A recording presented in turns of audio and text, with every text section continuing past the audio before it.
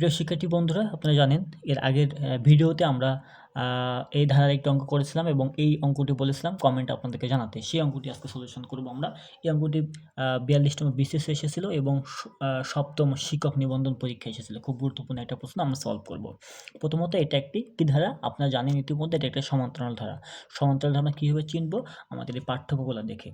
এই যে 5 থেকে 8 এর পার্থক্য 3, 8 থেকে 11 পার্থক্য 3, 11 থেকে 14 পার্থক্য 3। তার মানে এটা একটা সমান্তরাল ধারা।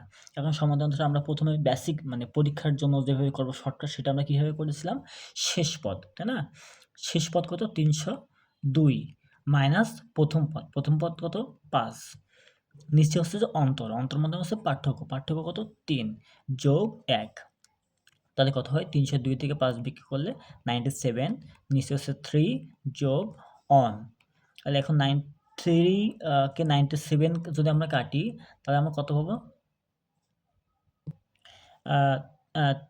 302 থেকে আমরা 5 বিয়োগ করলে এখানে আমরা পাবো হচ্ছে যে 297। তো 3 কে 297 দিয়ে কাটলে আমরা পাবো কত? 99 প্লাস 1 সমান কত হলো? 100। তো এটার উত্তর হচ্ছে যে 100, ঘ। এখন আমরা এর আগে আপনারা জানেন আপনাদেরকে একটা বিস্তারিত আলোচনা করে আমরা একটা অঙ্ক, ওই আগে অঙ্কটা দেখিয়েছিলাম, ঠিক সেমভাবে আমরা এই অঙ্কটা করব। ধরি এই অঙ্কটা অন্যভাবে করলে আমরা কীভাবে করতে পারি? ধরি n-তম পদ, আপনারা কত ইতিমধ্যে জানেন, n-তম পদ 302।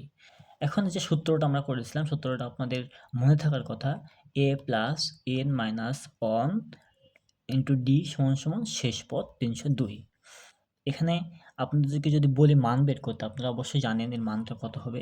এখানে a সমান হবে, a কত হবে? a হবে এই যে আপনার প্রথম যে পদটা 5, আর ডি কত হবে? ডি হবে অন্তর, অর্থাৎ 3, মানে পার্থক্য 3। তাহলে এবার আমরা মান বসাই দিই।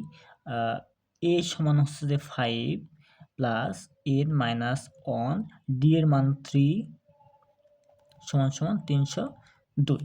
এখন আমরা লিখি n মাইনাস 1 ইন্টু 3 সমান 302 মাইনাস 5, তাই না? এখন n মাইনাস 1 টু 3 সমান 302 থেকে 5 বিক্রি করলে কত হয়? 297। n মাইনাস 1 সমান এটা ছিল গুণ, এপাশে কি হবে? ভাগ 3, তাহলে এটা কাটাকাটি করলে কত হবে? 99। n মাইনাস 1 সমান আমরা কত পেলাম? 99।